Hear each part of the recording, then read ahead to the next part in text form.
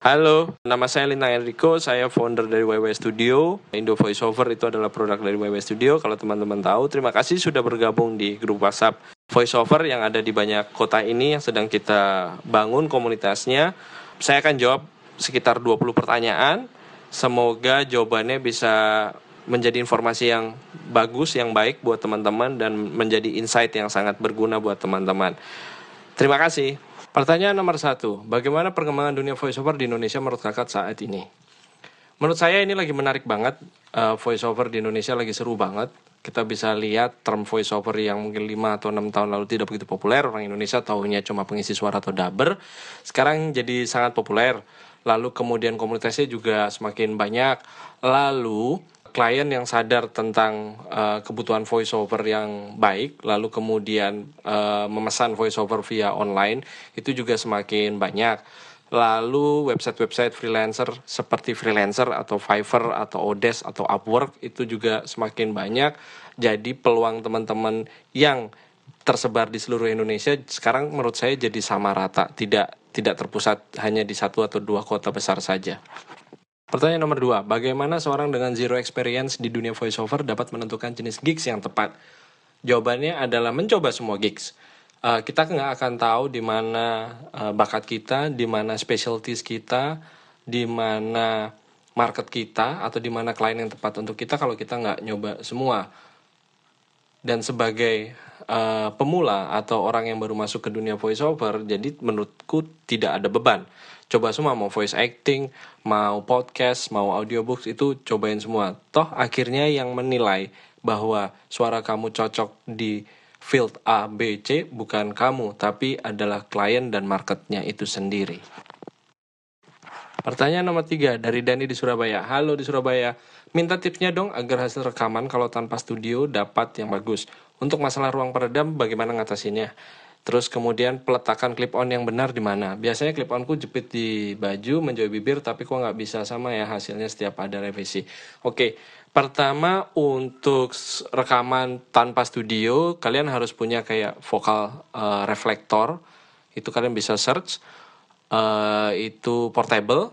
Lalu atau kalau mau yang lebih murah lagi atau DIY, kalian bisa coba rekaman di dalam kasur atau di dalam selimut atau di dalam lemari penuh pakaian. Itu mungkin akan sangat membantu secara treatment akustik.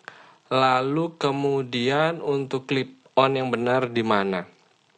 Oke, jenis-jenis mic banyak sekali. Ada, kalau dari jenisnya sifatnya ada dinamik, ada kondenser. Lalu kemudian dari bentuknya atau dari fungsinya itu ada shotgun mic, ada lavalier, ada clip on dan segala macam. Nah, itu punya specialties yang berbeda-beda.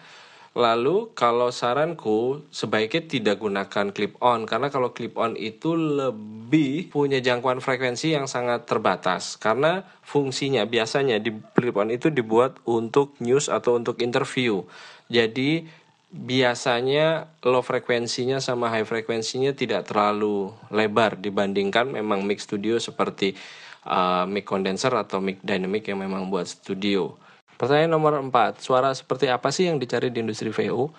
Yang saya dengar-dengar di iklan di TV suaranya dia lagi, baik suara pria atau wanita. Apa yang membuat pemilik suara itu begitu laku di industri?